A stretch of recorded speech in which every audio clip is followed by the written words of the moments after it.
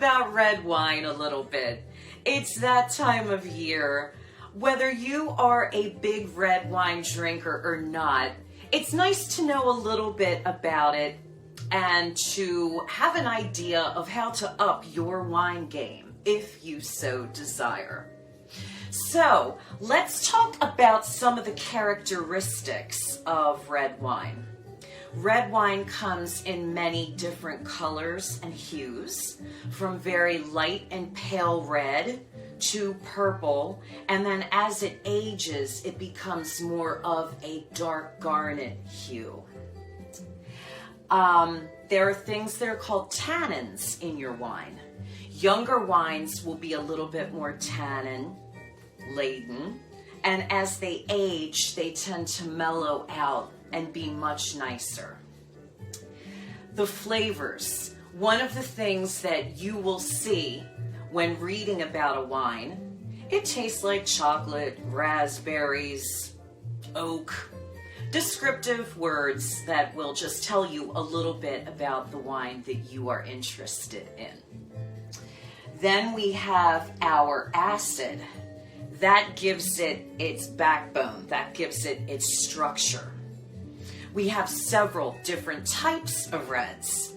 Whatever you choose is your palate, that's your wine story. There is no right or wrong, but consider being open to try some new types of wine. I'm sure some of you have heard of, we have Merlot, Malbec, Cabernet Sauvignon. Those are some of the more well-known reds. I would encourage you to broaden your horizons and maybe get into some Tempranillos, some Riojas, some Zinfandels, Syrah, Shiraz. And one thing I want to point out, don't ever be afraid to ask about your wine. If you don't know how to pronounce it, you can easily go on the School of YouTube. I did today, because no one kills the French language worse than me. Every single wine, and they pronounce it for you. So learn how to pronounce your wines. It'll make you sound like you know a little bit something about it when you go to discuss them.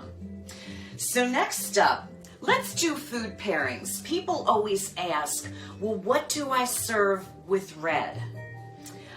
If it grows together, it goes together, is kind of a motto. So if you're having pastas, if you're having Italian dinners, you might want to consider a Chianti from that region. If you are having a Spanish type food, you might want to consider a Rioja. So check into the region. Also take into consideration that heavier reds go better with heavier and more dense foods. Go for a lighter red if you're looking for grilled chicken and vegetables and risottos. So that's just one thing to keep in mind when you're picking things out for food. Another key note is proper storage. Reds should be kept at 55 degrees Fahrenheit. They do sell refrigerators, and they have one side for red, one side for white, because they are kept at different temperatures. Please do not ever put your reds in the sunlight or in a hot space.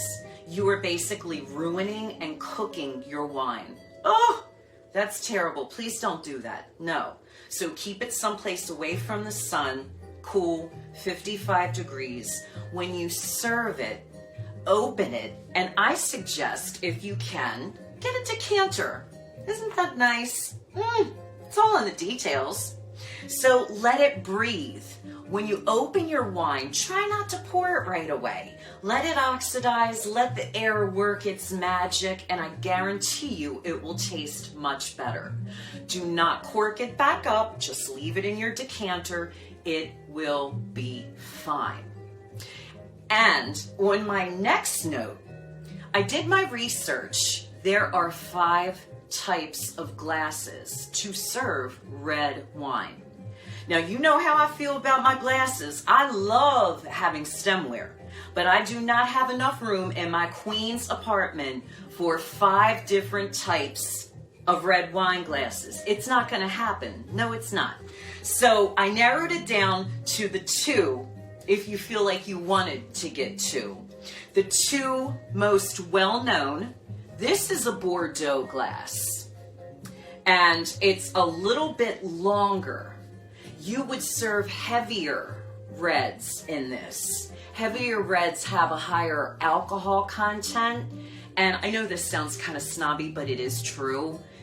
There's more space so that the alcohol burns off by the time it reaches your nose. So this is the Bordeaux, and you would use this for your heavier reds.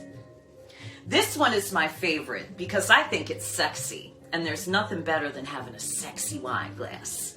And this is the Burgundy glass. This is a little bit more shallow in depth and a little bit more rounded, and it's used for wines with slightly more delicate bouquet. So that's something to take into consideration. Now, next thing that I wanted to bring to your attention is also with the Stemware, how to hold your glass.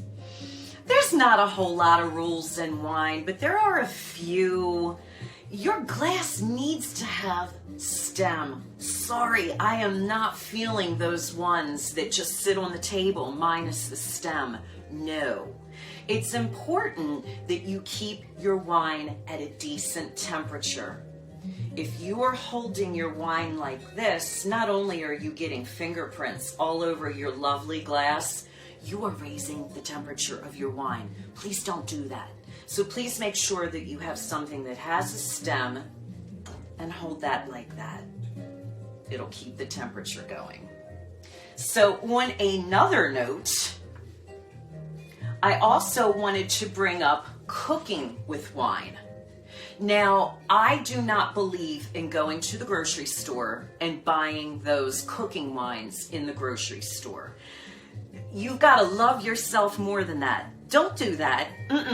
Go to the store and buy yourself something decent to cook with. Your drier reds are going to lend well to your savory dishes. Get something that you would drink, because you're going to drink it while you're cooking anyway, so get something dry for that. If you're doing something that is more dessert-based, go for a sweeter wine. If you have a store in your neighborhood that you like, go and talk to them. Ask them.